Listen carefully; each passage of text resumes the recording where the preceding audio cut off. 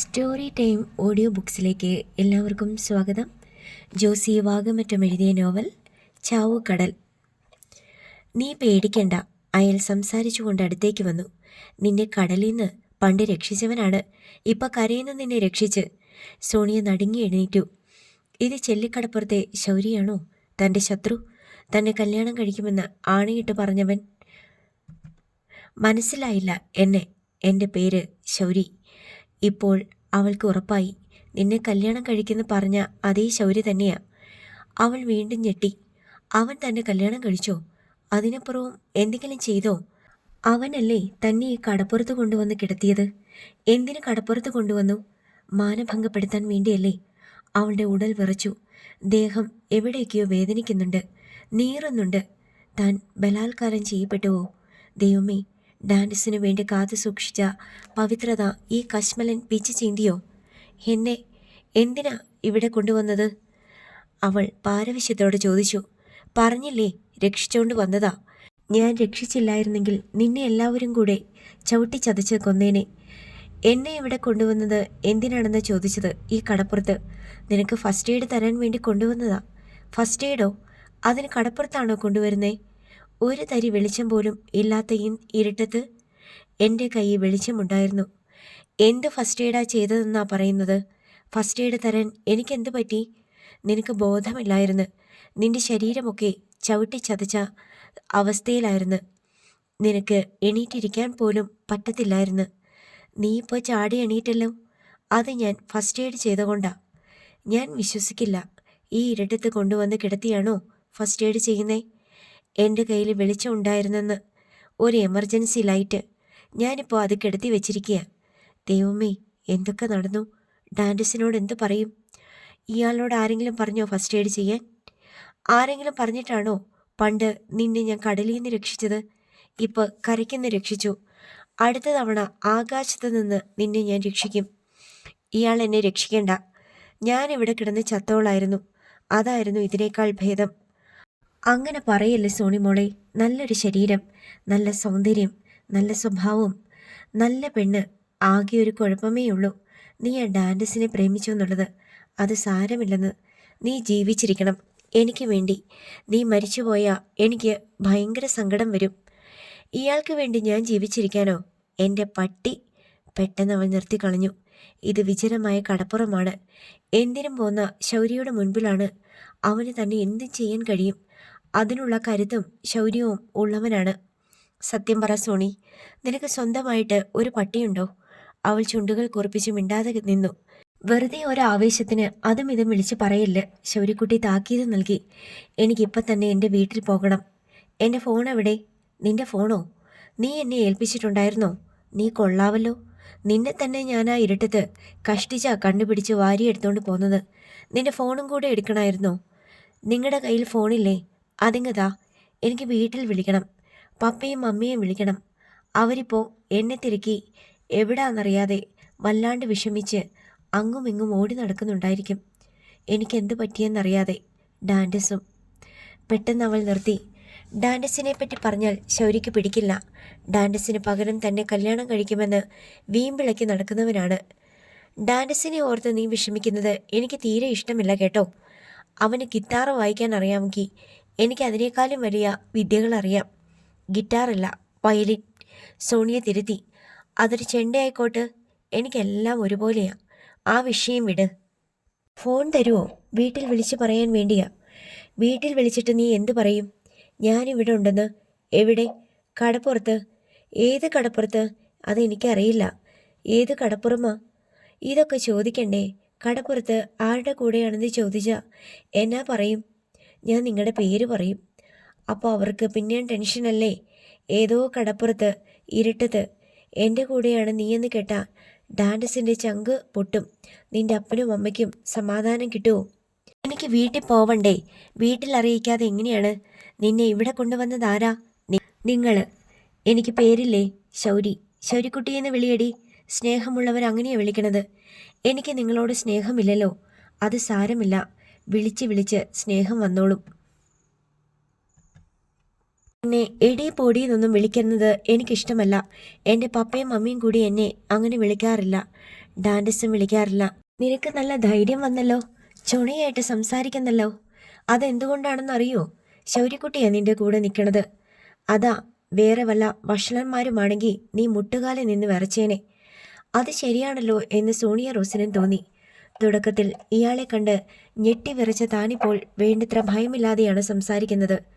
ഞാൻ സത്യമാ പറഞ്ഞത്. എന്നെ ആരും എടി പൊടിയെന്ന് വിളിക്കാറില്ല. പക്ഷേ ഞാൻ വിളിക്കും. എൻ്റെ കെട്ടിയവളാകാൻ പോകുന്നവളല്ലേ നീ. ഞാൻ എടി പൊടിയെന്ന് വിളിക്കുമ്പോൾ അതിൻ്റെ അർത്ഥം ഇങ്ങനെ കേട്ടോണം. എടി മോളെ, സുന്ദരിക്കുട്ടീന്ന്.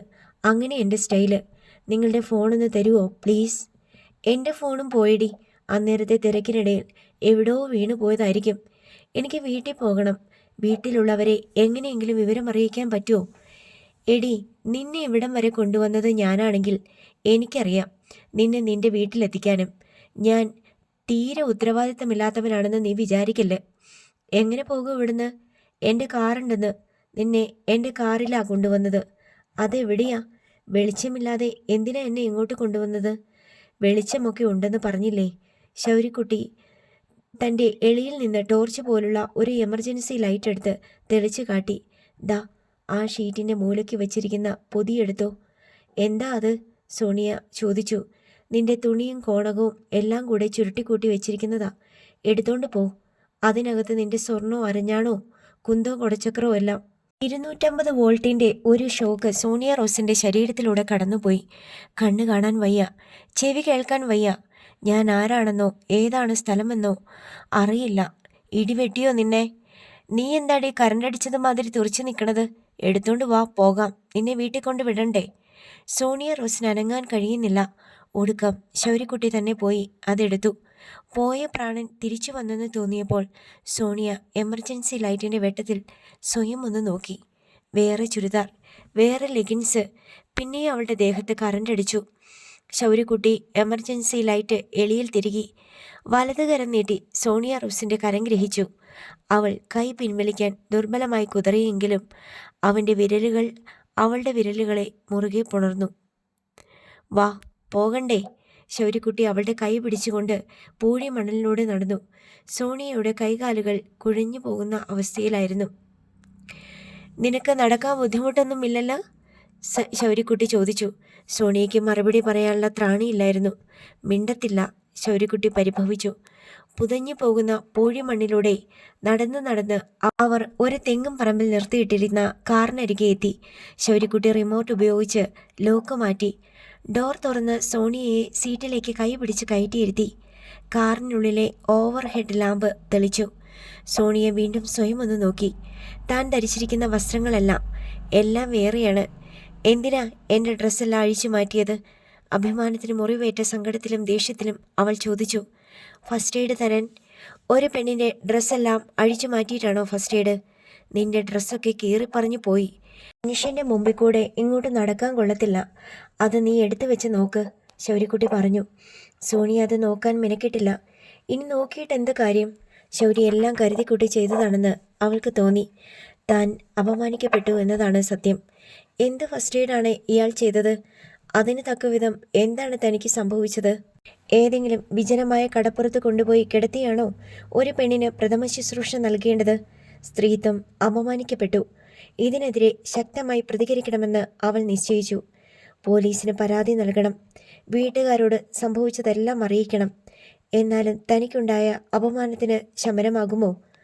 ഓർക്കും തോറും സോണിയ റോസിൻ്റെ ഉള്ളിൽ സങ്കടവും ദേഷ്യവും മത്സരിച്ചിരമ്പിക്കയറി. ഒടുവിൽ സങ്കടം ദേഷ്യത്തെക്കാളും ഒരു പടി കൂടി മുന്നേറി. അവൾ കുനിഞ്ഞിരുന്ന് മുഖം പൊത്തി കരഞ്ഞു. നീ എന്തിനാ കരയുന്നത്? എനിക്കതാ മനസ്സിലാകാത്തത്. രക്ഷപ്പെട്ടതിൽ സന്തോഷിക്കല്ലേ വേണ്ടത്? ശൗര്യക്കുട്ടി ചോദിച്ചു. തന്നെ ഞാൻ ജയിലിൽ കയറ്റും. അവൾ പെട്ടെന്ന് ശൗര്യക്കുട്ടിയുടെ നേർക്ക് പൊട്ടിത്തെറിച്ചു. വീട്ടിലോട്ട് ചെല്ലട്ടെ. ഇന്ന് രാത്രി തന്നെ ഞാൻ പോലീസിന് കംപ്ലൈൻറ്റ് ചെയ്യും. സുബോധെന്ന് പറയുന്ന ഒരു സാധനമുണ്ട് മനുഷ്യന്. അതുള്ള ആരും ഇങ്ങനെ പറയുകയില്ല, ചെയ്യുമില്ല. ഇയാൾ പോലീസ് സ്റ്റേഷനിൽ കയറുമ്പോൾ വിവരമറിയും. ആർക്കാ ബോധമില്ലാത്തത്, ആരാ കുറ്റം ചെയ്തത് എന്നൊക്കെ. പോലീസൊക്കെ നമ്മുടെ ഫ്രണ്ട്സാ. അവരെന്നെ അഭിനന്ദിക്കത്തേയുള്ളൂ. പിന്നെ നിന്റെ പപ്പ, അയാൾക്ക് വിവരമുണ്ടെങ്കിൽ ഒന്നും പുറത്തു പറയാതെ വായടിച്ച് മിണ്ടാതിരിക്കും. എന്തായാലും നമുക്ക് വീട്ടിൽ പോകാം. ശൗര്യക്കുട്ടി കാർ സ്റ്റാർട്ട് ചെയ്തു. അത് കടപ്പുറം റോഡിലൂടെ ഓടിത്തുടങ്ങി. മെയിൻ റോഡിലെത്തിയ ശേഷം വീണ്ടും ചില ഇട റോഡുകളിലൂടെ കാർ ഓടുന്നത് കണ്ട് സോണിയ റോസ് ഭീതി പൂണ്ടി ചോദിച്ചു, നിങ്ങൾ എങ്ങോട്ടാ എന്നെ കൊണ്ടുപോകുന്നത്? അന്ധകാരനഴിക്ക്. അവിടെ എന്തിനാ കൊണ്ടുപോകുന്നേ? അന്ധകാരം മാറുന്നതിന് മുന്നേ നിന്നെ അവിടെ കൊണ്ട് കളയാമെന്ന് വിചാരിച്ചു. എന്നെ വീട്ടിൽ കൊണ്ടുപോയി വിടാന്നല്ലേ പറഞ്ഞത്? എന്നാൽ പിന്നെ ചിലക്കാണ്ടിരിക്കെ. എനിക്കറിയാം നിന്റെ വീട് എവിടാണെന്നും അങ്ങോട്ട് പോകേണ്ട വഴികൾ ഏതൊക്കെയാണെന്നും. സോണിയ റോസ് സംശയത്തോടെ അവനെ നോക്കിക്കൊണ്ടിരുന്നു. കാർ ഏതൊക്കെയോ ഊടുവഴികളിലൂടെയാണ് സഞ്ചരിക്കുന്നതെന്ന് അവൾക്ക് തോന്നി. കാറിന് പോകാൻ വേണ്ടത്ര വീതിയില്ലാത്ത റോഡിലൂടെ അപകടകരമായ വിധത്തിൽ ഡ്രൈവ് ചെയ്യുകയാണ് ഈ തെമ്മാടി. പൊടുന്നനെ ഒരു തിരശ്ശീല നീങ്ങിയതുപോലെ കുറച്ചു മുൻപിലായി സോണിയ റോസ് അവളുടെ വീട് കണ്ടു. വീട്ടിലെമ്പാടും വൈദ്യുത വിളക്കുകൾ, ഗേറ്റിലും മതിലിലും വെളിച്ചം. ഗേറ്റ് തുറന്നു കിടക്കുന്നു. ആരൊക്കെയോ സിറ്റൗട്ടിലുണ്ടെന്നും അവൾ കണ്ടു. അവൾക്ക് കരച്ചിലും പിഴിച്ചിലും വന്നു. അവൾ മുഖം തിരിച്ച് ശൗര്യക്കുട്ടിയെ നോക്കി. അവൻ ഒരു മാന്ത്രികനാണെന്ന് തോന്നി. ക്ഷണനേരം കൊണ്ട് അവൾ തൻ്റെ ചിന്ത തിരുത്തി. കശ്മലൻ, തെമ്മാടി, മര്യാദ കെട്ടവൻ. കാർ നേരെ ഗേറ്റ് കടന്ന് പോർച്ചിന് സമീപം ചെന്നു. സിറ്റൗട്ടിൽ വല്യപ്പച്ചനും വല്യമ്മച്ചിയും സിബിയങ്കളും റോസാക്കുട്ടി ആൻറ്റിയും ഇരിക്കുന്നത് അവൾ കണ്ടു. പിന്നെ തൻ്റെ അനുജത്തി സാനിയ റോസ്. ഇത് തന്നെയല്ലേ വീട്? അവൾ ഇറങ്ങാത്തത് കണ്ട് ശൗര്യക്കുട്ടി ചോദിച്ചു. മറുപടി പറയാതെ അവൾ ഡോർ തുറന്നിറങ്ങി. സിറ്റൗട്ടിലിരുന്നവർ അന്തം വിട്ടെഴുന്നേറ്റു. കാണാതായവൾ ഇതാ പൊടുന്നനെ പ്രത്യക്ഷപ്പെട്ടിരിക്കുന്നു. സോണിയ റോസ് ഓടിച്ചെന്ന് വല്യമ്മച്ചിയെ കെട്ടിപ്പിടിച്ചു. എങ്ങു നിന്നൊക്കെയോ അവളുടെ കണ്ണിലേക്കും മൂക്കിലേക്കും തൊണ്ടയിലേക്കും വായിലേക്കും കരച്ചിലുകൾ പാഞ്ഞെത്തി. ഒരു കുട്ടിയെപ്പോലെ അവൾ വാവിട്ട് കരഞ്ഞു. അവിടുണ്ടായിരുന്നവരെല്ലാം അവളെ ചേർത്ത് പിടിക്കുകയും കരയാതെ മോളെ എന്ന് ആശ്വസിപ്പിക്കുകയും ചെയ്യുന്നത് കണ്ട് ശൗര്യക്കുട്ടി ഡ്രൈവിംഗ് സീറ്റിൽ തന്നെ ഇരുന്നു. നിനക്കിത് എന്തു പറ്റിയതാ മോളെ? ആരാ നിന്നെ കൂട്ടിക്കൊണ്ടുവന്നേ? റോസാക്കുട്ടി ആൻറ്റി അവളുടെ ശിരസ് തലോടിക്കൊണ്ട് ചോദിച്ചു.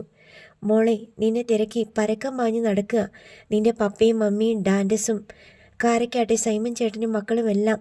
നീ ഇവിടെ ആയിരുന്നു. നിന്നെ ഒരിടത്തും കാണാഞ്ഞ് അവർ പോലീസിൽ അറിയിച്ചു. പോലീസും നിന്നെ തിരയുന്നുണ്ട്. നിന്റെ ഫോൺ എവിടെയാ? അതിൽ വിളിച്ചു നോക്കിയപ്പോൾ സ്വിച്ച് ഓഫ്. ആലപ്പുഴ പട്ടണം മുഴുവൻ പോലീസും നമ്മുടെ ആൾക്കാരെ നിന്നെ തിരഞ്ഞു. നിന്നെ ആരെങ്കിലും എടുത്ത് ഹോസ്പിറ്റലിൽ കൊണ്ടുപോയെന്ന് വിചാരിച്ച് സകല ആശുപത്രികളിലും അവർ തപ്പി. ബാക്കി എല്ലാവരെയും കിട്ടി. നിന്നെപ്പറ്റി മാത്രം ഒരു വിവരവുമില്ല. ഞങ്ങളൊക്കെ ഇവിടെ വിഷമിച്ചിരിക്കുമായിരുന്നു. നിന്നെ ഇനി ജീവനോടെ കിട്ടുമെന്ന് പോലും ഞങ്ങളാരും വിചാരിച്ചില്ല. രാത്രിയല്ലേ നേരം. വല്ലവന്മാരുടെ കൈ കിട്ടിയ നിന്നെ ബാക്കി വെക്കുമോ അവർ? എന്നും പത്രത്തിലും ടി വിയിലും ഓരോ കഥകളൊക്കെ കേൾക്കുകയും കാണുകയും ചെയ്യുന്നതല്ലേ. നീ എവിടെ ആയിരുന്നു? സത്യം പറ, സിബി അങ്കിൾ ചോദിച്ചു. അങ്കിളെ, എന്നെ ആ ചെല്ലിക്കടപ്പുറത്തെ ശൗരി എന്ന് പറയുന്ന ആളാ കൊണ്ടുപോയത്. സോണിക്കുട്ടി വെളിപ്പെടുത്തി. റോസക്കുട്ടി, നീ ചാർലിക്ക് ഫോൺ ചെയ്ത് പറ സോണി തിരിച്ചെത്തിയെന്ന്, വീട്ടിലുണ്ടെന്ന്. അവരെല്ലാം കൂടെ ഇങ്ങോട്ട് വരാൻ പറ, സിബിച്ചൻ നിർദ്ദേശിച്ചു. മോളെ, നീ അതെല്ലാം ഒന്ന് വിസ്തരിച്ച് പറഞ്ഞേ. ആ ശൗരി നിന്നെ എന്നാ ചെയ്തു? ഉപദ്രവിച്ചോ? അവൻ്റെ കയ്യിൽ നിന്ന് നീ എങ്ങനെ രക്ഷപ്പെട്ടു? റോസക്കുട്ടി ആൻറ്റിക്ക് വേവലാതി അടക്കാനാവുന്നില്ല. അയാൾ എന്നെ ഇവിടെ കൊണ്ടുവന്നത് കാറിലിരിപ്പുണ്ട്. സോണിയ റോസ് കാറിന് നേർക്ക് കൈ ചൂണ്ടി.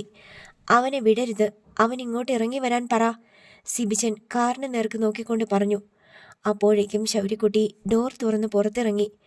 കാറിലിരുന്ന് തുണിക്കിഴി ശൗര്യക്കുട്ടി എടുത്തുകൊണ്ട് വന്നു.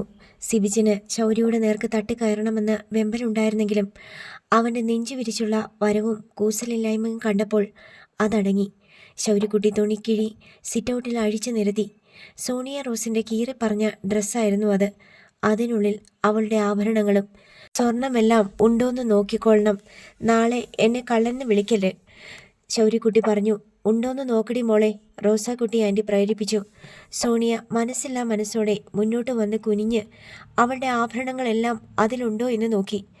5 പവൻ്റെ ഒരു നെക്ലേസ് കാണാനുണ്ടല്ലോ എന്ന് ചോദിക്കണമെന്ന് അവൾ ആദ്യം വിചാരിച്ചു. വെറുതെ ശൗര്യയൊന്ന് വിരട്ടണം എന്ന ആ തോന്നലിനെ കള്ളം പറയാനുള്ള മനസാക്ഷിക്കുത്ത് അമൃതി കളഞ്ഞു. എല്ലാം ഉണ്ട്, അവൾ പറഞ്ഞു. നിന്റെ ഡ്രസ്സെല്ലാം ഉണ്ടോയെന്ന് നോക്കിയോ? ഉണ്ട്. അവൾ നോക്കാതെ തന്നെ അത് ചുരുട്ടിക്കൂട്ടി. മറ്റുള്ളവരുടെ മുന്നിൽ വെച്ച് അത് പ്രദർശിപ്പിക്കാൻ അവൾക്ക് നാണക്കേടായിരുന്നു.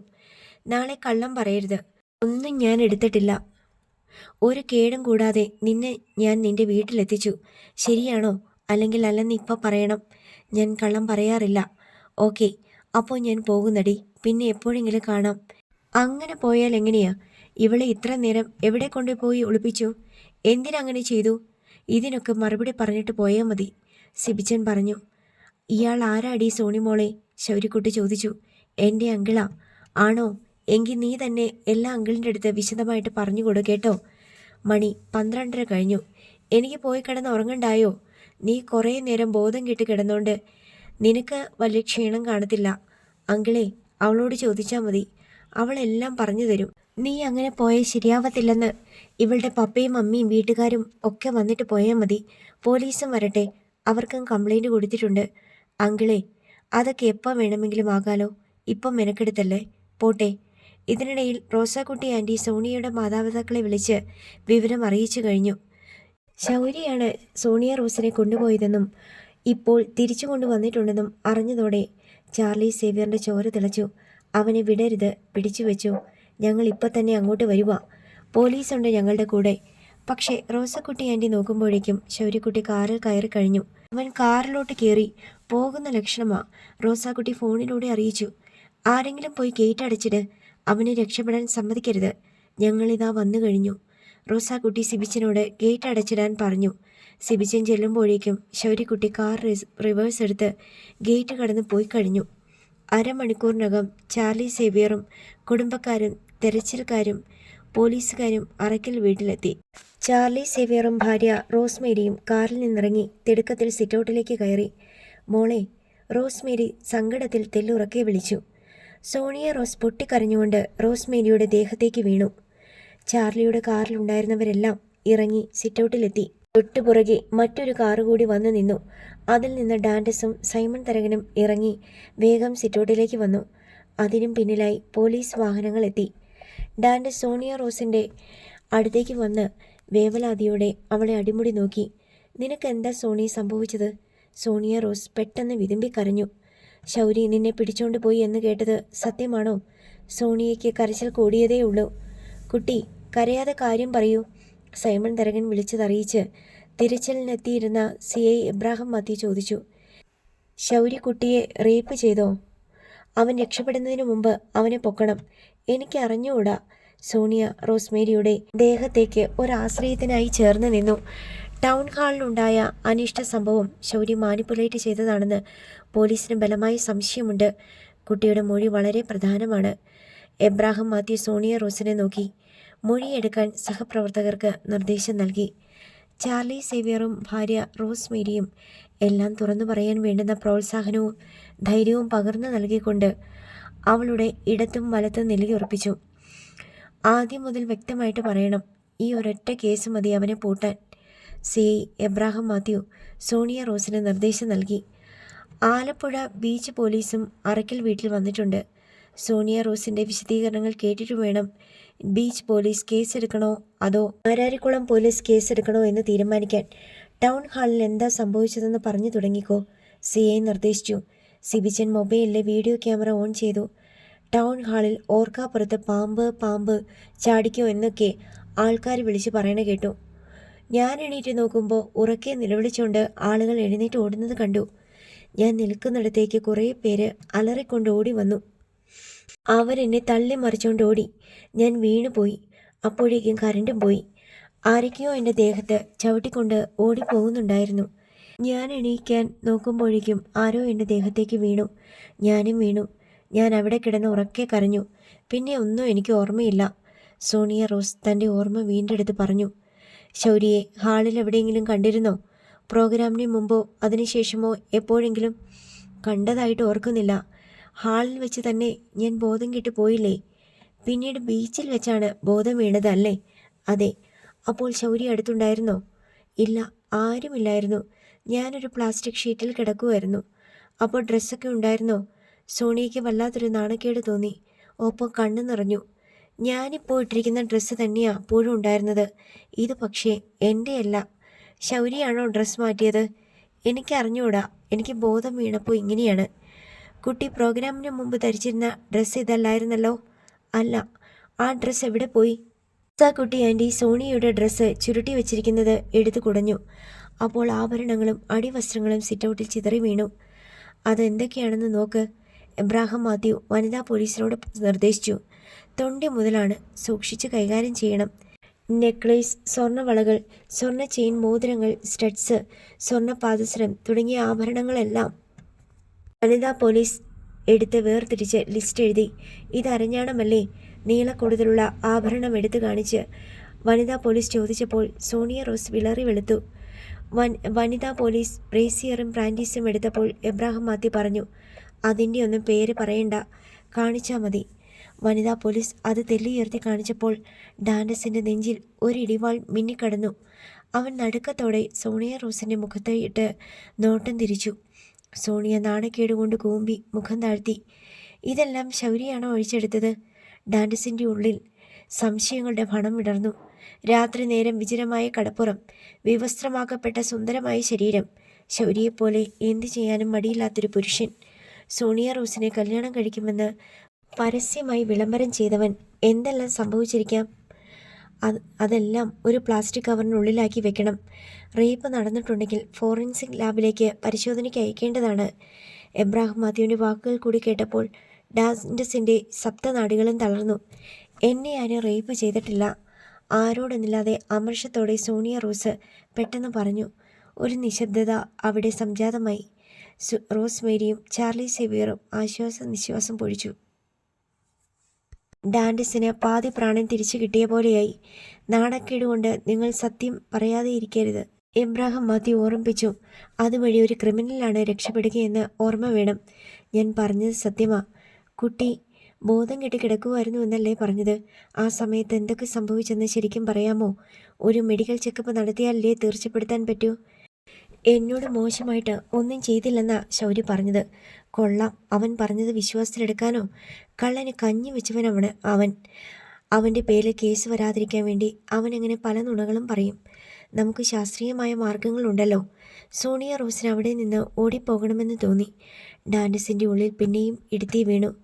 സാർ പറഞ്ഞതിലും കാര്യമുണ്ട്, സൈമൺ തരകൻ പ്രദേശത്തോടെ. അല്ലെങ്കിൽ പിന്നെ എന്തിന് സോണിയെ കടപ്പുറത്ത് കൊണ്ടുപോയി?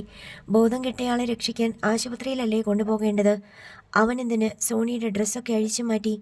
സോണിയയ്ക്ക് ഭൂമിക്കടിയിലേക്ക് താണുപോയാൽ മതിയെന്നായി. അവൾ ദയനീയമായി ഡാൻഡസിനെ നോക്കി. ഡാൻഡസിൻ്റെ കണ്ണിൽ സംശയങ്ങളും പേടിയും അവൾ കണ്ടു. അവൻ്റെ മുഖത്തെ ശോഭ മങ്ങി ഇരുണ്ടുപോയെന്ന് അവൾക്ക് തോന്നി. സാറേ, ആ വിഷയം അവിടെ നിൽക്കട്ടെ. അവനെ അറസ്റ്റ് ചെയ്യാനുള്ള കാരണങ്ങൾ ഇപ്പോൾ തന്നെ വേണ്ടുവോളമില്ലേ? ചാർലി സേവിയർ ചോദിച്ചു. എന്ത് കാരണം? എബ്രാഹിം മാത്യു നെറ്റിച്ചുടിച്ചു. ശൗരി നിങ്ങളുടെ മകളെ തട്ടിക്കൊണ്ടു പോരുന്നത് ആരെങ്കിലും കണ്ടോ? ഇല്ല. നിങ്ങളുടെ മകളെ ഏതെങ്കിലും തരത്തിൽ ശൗരി ഉപദ്രവിച്ചോ? നിങ്ങളുടെ മോള് പറയുന്നു ഇല്ലെന്ന്. ഡ്രസ്സ് അഴിച്ചു മാറ്റിയത് ആരാണെന്ന് അവൾ കണ്ടിട്ടില്ല. ഇനി അത് ശൗരിയാണ് ചെയ്തെന്നിരിക്കട്ടെ.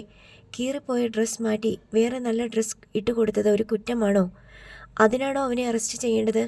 സാറേ, അവൻ എന്തിന് സോണിയെ കടപ്പുറത്ത് കൊണ്ടുപോയി? സൈമൺ തരകൻ ചോദിച്ചു. ഡാൻഡസിനേക്കാൾ അതറിയാനുള്ള ജിജ്ഞാസ അയാൾക്കായിരുന്നു.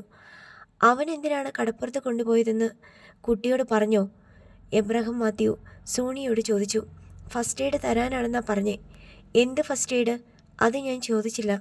ഒരു പെണ്ണിനെ കടപ്പുറത്ത് ഇരുട്ടത്ത് കൊണ്ടുപോയി കിടത്തി തുണി അഴിച്ചു മാറ്റിയിട്ട് എന്ത് ഫസ്റ്റ് എയ്ഡെന്നോ? സൈമൺ തരകൻ ആ നടപടിയെ പരിഹസിച്ച് ചിരിച്ചു. ചാർലി സേവിയറിനും റോസ്മേരിക്കും വലിയ അപമാനം തോന്നി. മോള് ചോദിച്ചില്ലേ എന്ത് ഫസ്റ്റ് എയ്ഡ് അവൻ തന്നതെന്ന്? ചാർലി സേവിയർ നിസ്സഹായനായി മകളെ നോക്കി. ഇല്ല, എനിക്ക് പേടിയായിട്ട് ഞാനൊന്നും ചോദിച്ചില്ല. സോണിയ റോസ് അപമാന ഭീതിയോടെ പറഞ്ഞു. നിങ്ങൾ നാണക്കേടോർത്ത് സത്യം മറച്ചു വെച്ചാൽ ഒരു കുറ്റവാളി രക്ഷപ്പെട്ടു പോകും. എബ്രാഹിം മാത്യു ഓർമ്മിപ്പിച്ചു. സാർ, ഞാനൊരു റിട്ടേൺ കംപ്ലൈൻറ്റ് തരാം. ശൗരി എൻ്റെ മകളെ തട്ടിക്കൊണ്ടുപോയി മാനഭംഗപ്പെടുത്താൻ ശ്രമിച്ചു. അവളുടെ സ്വർണവും ഫോണും അവൻ അടിച്ചു മാറ്റി. ചാർലി സേവിയർ പറഞ്ഞു. സ്വർണമൊന്നും എടുത്തിട്ടില്ല പപ്പ, സോണിയ റോസ് പറഞ്ഞു. അത് നമ്മളാ നിശ്ചയിക്കുന്നത്. ഇപ്പം തന്നെ പോയി അവനെ കസ്റ്റഡിയിൽ എടുക്കണം സാറേ, എന്നിട്ട് ഇവിടെ കൊണ്ടുവന്ന് ചോദ്യം ചെയ്യണം. ചാർലി സേവിയർ പറഞ്ഞു. നിങ്ങൾ അവനെതിരെ ഉറച്ചു നിൽക്കണം, എങ്കിൽ ഇത്തവണ അവനെ കൊടുക്കാം. എബ്രാഹിം മാത്യു ശൗരിക്കെതിരെ ഒരു കൈ നോക്കാൻ സന്നദ്ധനായിക്കൊണ്ട് പറഞ്ഞു. ശൗരിക്കുട്ടി ഭക്ഷണം കഴിച്ച് കിടന്നതേയുള്ളൂ. വാഹനങ്ങളുടെ ഇരമ്പൽ അവൻ കേട്ട് കാതോർത്തു. ഇപ്പോൾ മണത്തിടയിൽ കടലടിക്കുന്ന ഒച്ച മാത്രം. കുറച്ചുകൂടി അവൻ ചെവി കൂർപ്പിച്ചു. വാഹനങ്ങളുടെ ഡോർ തുറക്കുന്ന ശബ്ദം. ശൗരിക്കുട്ടി എഴുന്നേറ്റിരുന്നു. അടുത്ത ക്ഷണം വാതിലിൽ തട്ടുന്ന ശബ്ദം കേൾക്കായി. പോലീസ് എത്തിക്കഴിഞ്ഞുവെന്ന് അവൻ ഊഹിച്ചു. മോനെ ശൗര്യക്കുട്ടി, നീ ഉറങ്ങിയോടാ? വാതിലിനപ്പുറത്തെ ഇരുട്ടിൽ നിന്ന് എമിലിയുടെ പരിഭ്രാന്തമായ സ്വരം. ഇല്ലമ്മ, എണീറ്റു. ആരാണ്ട് വന്നിട്ടുണ്ടല്ലോ. ആരാ ഈ നട്ടപ്പാതിരയ്ക്ക്? പോലീസായിരിക്കും അമ്മ. പോലീസോ? എന്തിന്? ശൗര്യക്കുട്ടി എഴുന്നേറ്റു. വാതിലിൽ മുട്ടുന്ന ശബ്ദം തുടരെയായി. ശൗരി വാതിൽ തുറന്നു. പുറത്തെ ലൈറ്റ് ഇട്ടു. തിണ്ണയിലും മുറ്റത്തും പോലീസ്. റോഡരികിൽ സൈമൺ തരകൻ, ഡാൻഡിസ്, മുറ്റത്ത് അറയ്ക്കൽ ചാർലി സേവ്യർ. ഇങ്ങോട്ട് ഇറങ്ങി വാടാ. മുറ്റത്ത് നിന്ന് എബ്രാഹിം മാത്യു കനത്ത സ്വരത്തിൽ വിളിച്ചു. ഹാ, സാറായിരുന്നോ? ഞാനൊരു ഷർട്ട് എടുത്ത് ഇട്ടോട്ടെ? ശൗര്യക്കുട്ടി തിരികെ അകത്ത് കയറി. പോലീസ് എന്തിനാ നിന്നെ തിരക്കി വന്നത്? എമിലി ചോദിച്ചു. ചോദിച്ചില്ല, ചോദിക്കാം. ചിലപ്പോൾ അവരുടെ കൂടെ പോണമായിരിക്കും. ശൗര്യക്കുട്ടി ഷർട്ട് എടുത്തിട്ടു. അമ്മ പേടിക്കേണ്ട, പോലീസ് അവരുടെ ഡ്യൂട്ടി ചെയ്യാൻ വന്നതാ. നീ എന്ത് കുറ്റമാ ചെയ്തേ? അറയ്ക്കൽ ചാർലിയുടെ മോളെ ഒരപകടത്തിൽ നിന്ന് രക്ഷിച്ചു. ഒരാളെ രക്ഷിച്ചാലും അത് കുറ്റമാണോടാ? ഇങ്ങനെയൊക്കെയാ അമ്മേ. എന്താടാ ഉണ്ടായത്? തിരിച്ചു വന്നിട്ട് പറയാം. ഷർട്ടിൻ്റെ ബട്ടൺസ് ഇട്ടുകൊണ്ട് ശൗര്യക്കുട്ടി തിണയിലേക്ക് ഇറങ്ങി. അമ്മ വാതിലടച്ചേക്ക്. ആഞ്ചലോ സന്തം വിട്ട് മുറ്റത്തിറങ്ങി നിൽപ്പുണ്ടായിരുന്നു. അയാൾ കിടന്ന പുൽപ്പായ ശൗര്യക്കുട്ടി കുടഞ്ഞു വിരിച്ചു. കിടന്നു, ഇതൊന്നും കാര്യമാക്കണ്ട, അവൻ ആഞ്ചലോസിനോട് പറഞ്ഞു. എന്നിട്ട് നേരെ എബ്രാഹിം മാത്യുവിൻ്റെ മുന്നിൽ ചെന്നു. പോകാം, ഞാൻ റെഡി. ആ ജീപ്പിലോട്ട് കയറിക്കോ. എബ്രാഹിം മാത്യു ചൂണ്ടിക്കാണിച്ച ജീപ്പിൽ ശൗര്യക്കുട്ടി കയറിയിരുന്നു. മറ്റ് പോലീസുകാർ കയറി. അറയ്ക്കൽ ചാർലിയും സൈമൺ തരകനും തങ്ങളുടെ വാഹനങ്ങളിൽ പോലീസിനെ അനുഗമിച്ചു. അറയ്ക്കൽ ചാർലിയുടെ വീട്ടിലേക്കാണ് യാത്രയെന്ന് ശൗര്യക്കുട്ടിക്ക് മനസ്സിലായി. അറയ്ക്കൽ വീടിൻ്റെ ഗേറ്റ് കടന്ന് ജീപ്പ് വീട്ടുമുറ്റത്ത് ചെന്ന് നിന്നു. ഇറങ്ങടാ, എബ്രാഹിം മാത്യു ആംഗ്യം കാട്ടി. എന്തിനാ സാറേ ഇവിടെ? നിന്നോട് ഇറങ്ങാനാ പറഞ്ഞത്. ശൗര്യക്കുട്ടി ഇറങ്ങി. സിറ്റൗട്ടിൽ ഒരാൾക്കൂട്ടം ഉണ്ടായിരുന്നു. നീ ആ സിറ്റൗട്ടിലേക്ക് കയറി ചെല്ല്, എബ്രാഹിം മാത്യു നിർദ്ദേശിച്ചു. ഇല്ല സാറേ, വീട് കയറി തല്ലിന്ന് കേസ് വന്നാൽ എൻ്റെ കാര്യം പോകാം. ഞാൻ ഈ ഗേറ്റിനടുത്ത് നിൽക്കും. നീ പോലീസിൻ്റെ തല്ല് മേടിച്ച് അടങ്ങൂ അല്ലേ? സാറ് കാര്യം പറ, എന്താ ഞാൻ ചെയ്ത കുറ്റം? നീ എന്തിനാ അറയ്ക്കൽ ചാർലിയുടെ മോളെ തട്ടിക്കൊണ്ട് പോയത്? നീ എന്തിനാ തല്ലാൻ നിൽക്കുന്നത്? നിന്നോട് ചില വിവരങ്ങൾ ചോദിച്ചറിയാൻ വേണ്ടിയാ നിന്നെ കസ്റ്റഡിയിലെടുത്തത്. ചോദ്യം ചെയ്യാനാണെങ്കിൽ ലോക്കപ്പിലോട്ട് കയറ്റിയാ പോരെ സാറേ? എന്തിനാ ഇങ്ങോട്ട് കൊണ്ടുവന്നേക്കണത്? നീ ആ സിറ്റൗട്ടിലേക്ക് ചെല്ലടാ, നിന്നെ ആരും ഒന്നും ചെയ്യില്ല. സാറേ, ഞാൻ പോലീസ് സ്റ്റേഷനിലോട്ട് വരാം. ആ വീട്ടിലോട്ട് കയറത്തില്ല. നീ ഗേറ്റിനടുത്ത് നിന്നാ എന്താ ഗുണം? അടി വരുമ്പം ഇറങ്ങി ഓടാലോ സാറേ. ശൗരി വഴങ്ങില്ലെന്ന് എബ്രാഹിം മാത്യുവിന് മനസ്സിലായി. സാറേ, നിങ്ങൾ പോലീസുകാരെല്ലാം കൂടി നോക്കിയാൽ അവനെ ഇങ്ങോട്ട് പിടിച്ചുകൊണ്ട് വരാൻ പറ്റില്ലേ? അറയ്ക്കൽ ചാർലി അമർഷം കൊണ്ടു. ബുദ്ധിമുട്ടാ ചാർലി പപ്പ, നടക്കത്തില്ല. ശൗരി ചാർലിയെ വെല്ലുവിളിക്കും പോലെ പറഞ്ഞു. ബീച്ച് പോലീസ് ഒരനുവാദത്തിനായി എബ്രാഹിം മാത്യുവിനെ നോക്കി. അവർക്ക് ശൗരിയെ രണ്ട് പൊട്ടിക്കാൻ കൈ ധരിക്കുന്നുണ്ട്. പിടിച്ചു കെട്ടി അറയ്ക്കൽ ചാർലിയുടെ സിറ്റൗട്ടിലേക്ക് കയറ്റി നിർത്തി ചാർലിക്കും ബന്ധുക്കൾക്കും കലി തീർത്ത് അടിക്കാനുള്ള ചാൻസ് ഉണ്ടാക്കി കൊടുക്കണമെന്നുണ്ട്. സാറേ, അവരെ കൊണ്ട് അടുപ്പിക്കാനാണെങ്കിൽ ഞാൻ ഓടി രക്ഷപ്പെടും, ഒരു സംശയവും വേണ്ട. ശൗരി മുന്നറിയിപ്പ് നൽകി. അവൻ പറഞ്ഞാൽ അങ്ങനെ തന്നെ ചെയ്യുമെന്ന് എബ്രാഹിം മാത്യുവിന് അറിയാം. ശരി, നീ പറ, അറയ്ക്കൽ ചാർലി സാറിൻ്റെ മോളെ നീ എങ്ങോട്ടാ തട്ടിക്കൊണ്ട് പോയത്? സാറേ, ഞാൻ തട്ടിക്കൊണ്ട് പോയതല്ല. പ്രോഗ്രാം കാണാൻ ഞാനും ടൗൺ ഹാളിൽ ചെന്നിട്ടുണ്ടായിരുന്നു. നീ ഇന്നേ വരെ ഒരു വയലിൻ കച്ചേരി കാണാൻ പോയിട്ടുണ്ടോ? നിന്റെ ശത്രുവല്ലേ സൈമൺ തരകൻ? അദ്ദേഹത്തിൻ്റെ മകൻ്റെ മ്യൂസിക് പ്രോഗ്രാമിന് നീ പോയത് സംഗീതത്തോടോ ഡാൻഡസ് സൈമണിനോടോ ഉള്ള താല്പര്യം കൊണ്ടല്ലെന്ന് ഞങ്ങൾക്കറിയാം. എന്തായിരുന്നു നിന്റെ ഉദ്ദേശം? സാറേ, ഞാൻ കെട്ടാൻ പോണ പെണ്ണില്ലേ സോണിയ റോസ്, അവളെ കാണാനുള്ള താല്പര്യം കൊണ്ട് മാത്രമാണ് പോയത്. വയലിൻ കച്ചേരിക്ക് പോയിട്ടാണോടാ നീ അവളെ കാണുന്നത്? അതെങ്ങനെ കാണും സാറേ? അവളുടെ വീട്ടിൽ വന്ന് കാണാൻ പറ്റുമോ? ഇല്ല. റോഡിൽ തടഞ്ഞു നിർത്തി കാണാൻ പറ്റുമോ? ഇല്ല. ഉടനെ നിങ്ങൾ എൻ്റെ പേര് കേസെടുക്കും. പിന്നെ ഇങ്ങനെയല്ലേ പറ്റത്തുള്ളൂ. നീ ആരടാ നായിൻ്റെ മോനെ എൻ്റെ മോളെ കാണാൻ? അറയ്ക്കൽ ചാർലി ഷർട്ടിൻ്റെ സ്ലീവുകൾ തെറുത്ത് കയറ്റി മുഷ്ടി മുറുക്കിക്കൊണ്ട് സിറ്റൗട്ടിൽ നിന്ന് ചാടി ഇറങ്ങി വന്നു. അവൾ എൻ്റെ പെണ്ണല്ലേ, ഞാൻ നോക്കണ്ടേ അവളെവിടെ പോയിന്ന്, എവിടെ ഇരിക്കണ എന്നൊക്കെ ശൗരി കൂസൽ എന്നെ പറഞ്ഞു. ചാർലി സേവ്യർ ശൗരിയുടെ മുഖത്തിന് നേരെ മുഷ്ടി ഓങ്ങി ഒറ്റയടി. ശൗരി ഒരു ബോക്സിംഗ് ചാമ്പ്യനെ പോലെ മുഖം വെട്ടിയൊഴിഞ്ഞു. ശൗരിയുടെ പിന്നിൽ നിന്ന പോലീസുകാരൻ്റെ തലയിൽ പതിഞ്ഞു. ചാർലി ഇടതു മുഷ്ടി കൊണ്ടും ഒരിടി ഇടിച്ചു. അത് വായിലൂടെ തെന്നിപ്പോയി. സാറ് കണ്ട? ഞാൻ ഇയാളെ സിറ്റൗട്ടിൽ ചെന്ന് കയറിയാലും ഇയാൾ ഇത് തന്നെ ചെയ്യില്ലേ? ഞാൻ തിരിച്ചൊരു ഇടി കൊടുത്താൽ ഈ വലിയ ശരീരം എടുത്തുകൊണ്ട് പോകാൻ 4 പേര് വേണ്ടിവരും. ശൗര്യക്കുട്ടി എബ്രാഹിം മാത്യുവിനോട് പറഞ്ഞു. ചാർലി സേവ്യർ അങ്ങോട്ട് മാറി നിൽക്ക്, എബ്രാഹിം മാത്യു കർശനമായി പറഞ്ഞു. ചാർലി സേവ്യർ കടപ്പല് ഞെരിച്ച് ശൗര്യക്കുട്ടിയെ തന്നെ നോക്കിക്കൊണ്ട് നിന്നു.